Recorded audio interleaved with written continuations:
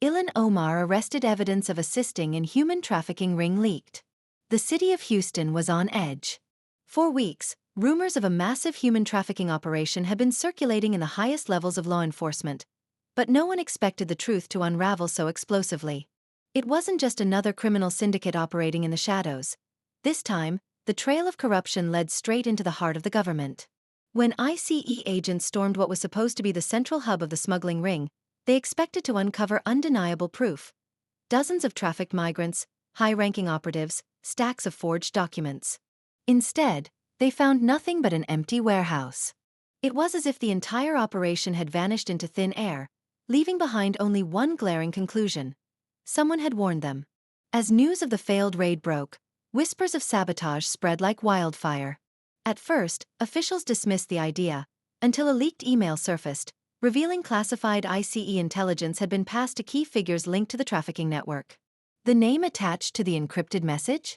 A sitting member of Congress. And just like that, the scandal that would shake Washington to its core had begun. The question was no longer whether corruption existed, it was just how deep it ran. Houston's forgotten industrial district lay silent under the cover of night. The dim glow of streetlights flickered against the rusted steel walls of abandoned factories. But beneath this eerie stillness, a storm was about to break. ICE agents had gathered after months of surveillance and intelligence work to dismantle a major human trafficking ring. This organization, responsible for smuggling migrants illegally into the country and engaging in modern slavery, was finally going to be taken down. The plan was flawless. Every exit had been sealed off, helicopters hovered in the sky, ready to strike. But when they stormed inside, they were met with an unexpected sight. Emptiness. The warehouse was completely abandoned. There were no smuggled migrants, no members of the network, no computers, no documents, not even the slightest trace of evidence. A hushed murmur spread among the agents. Something was very wrong. How could they have known? One agent asked. ICE Director Tom Homan furrowed his brows. "We've been compromised." His voice was cold and sharp. At that moment, it became clear that this wasn't just a failed operation. It was an act of betrayal. Someone had leaked ICE's every move to the traffickers. Within hours, the news had spread everywhere. ICE operation fails. Officials called it a strategic miscalculation, but those who had been tracking the patterns knew this was something far more sinister. And at that exact moment, an encrypted email landed in journalist John Solomon's inbox. "There's a traitor in the government. ICE operations are being sabotaged. If you want the truth, meet me." The truth was beginning to surface. In an abandoned warehouse in Houston, journalist John Solomon was chasing a dark truth. The encrypted email he had received claimed that ICE operations were being sabotaged from the inside. Now, he was here to uncover the source of that claim. As he stepped inside the warehouse, the scent of rust and oil filled his nose. A single flickering light illuminated the worn-out crates scattered across the floor. Someone was already waiting for him. Sam Whitaker. A seasoned ICE agent, Whitaker kept glancing toward the door as he spoke. "You were right, John.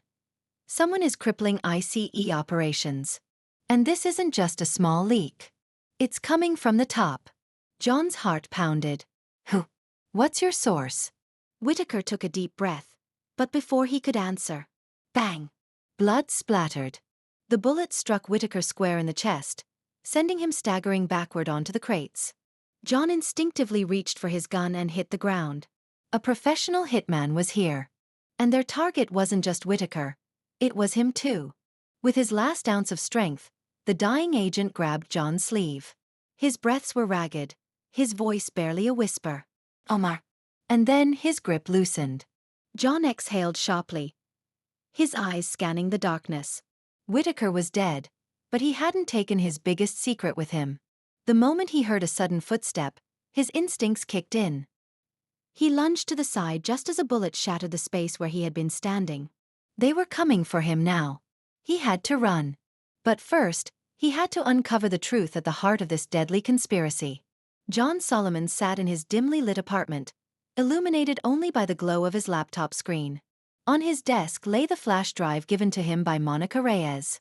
He didn't know what was on it, but he knew it wasn't just another set of documents. His fingers hesitated for a moment before clicking on the first video file. The footage that appeared on the screen took his breath away. A conference room. Sitting at the head of the table was Ilhan Omar, surrounded by shadowy figures. "We cannot allow ICE to succeed." Her voice was clear and firm. "Every raid they conduct spreads fear in our communities. We need to ensure they receive advance warning." A murmur rippled through the room. One of the shadowed figures spoke up. "But the risk is increasing." Omar narrowed her eyes. "Then eliminate the risk. No information that reaches us can leave a trail." The video cut off abruptly. John leaned back. His heart was racing. This wasn't speculation. This was undeniable evidence. Just as he reached for his phone to call his old friend Elliot Ward, a new message flashed across the screen. "Turn back while you still can, Solomon. You've seen too much." An unknown number. John's expression hardened. There was no turning back now. This wasn't just a scandal. This was treason, a direct threat to national security. The atmosphere in the congressional hearing room carried the weight of a courtroom trial. Ilhan Omar sat at the head of the table, trying to maintain her composure under the piercing stares of the committee members surrounding her. Cameras recorded her every move. Journalists meticulously noted her words. Today, it wasn't just a politician being judged, it was an entire system.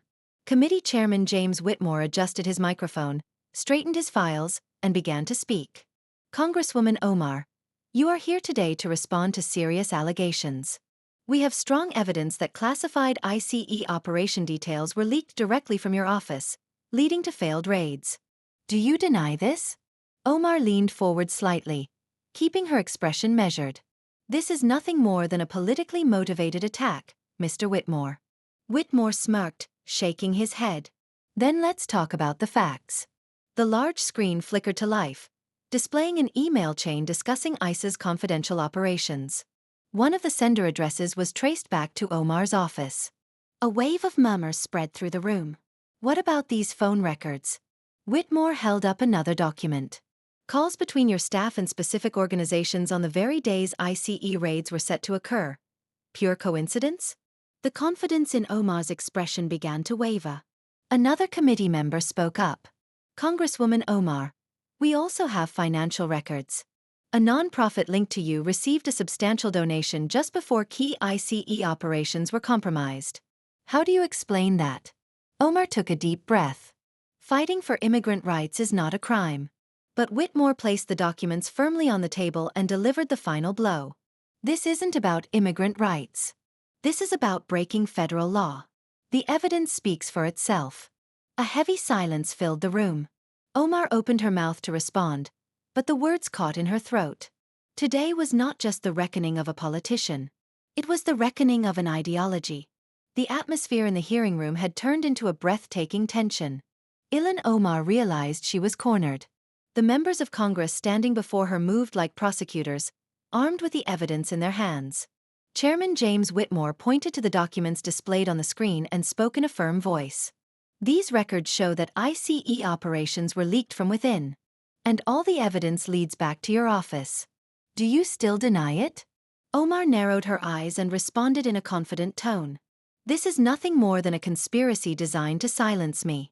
But Whitmore, opening the final file in his hands, pressed on. "Then how do you explain this? It's clear that an organization tied to you received a mysterious fund on the very days that ICE operations failed." The control in Omar's expression was slowly slipping away. The silence in the room weighed heavy with the truth. Journalists were scribbling notes at full speed, cameras capturing every second, not missing a single detail. Whitmore took a deep breath and delivered the final blow. "This is not a matter of opinion. This is a matter of justice. And the law applies to everyone." For a brief moment, Omar's hardened expression cracked. There was no turning back now.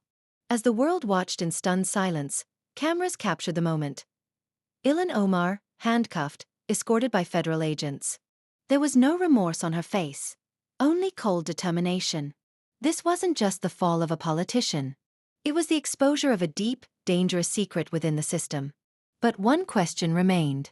Was Omar acting alone, or was this just the beginning? As reporters scrambled to uncover more, whispers of a larger conspiracy spread. Who else had their hands in this operation? How far did the corruption go? John Solomon, watching the chaos unfold from his office, knew one thing for certain. This fight wasn't over. If Omar had fallen, there were others desperately working to cover their tracks. And now they knew his name.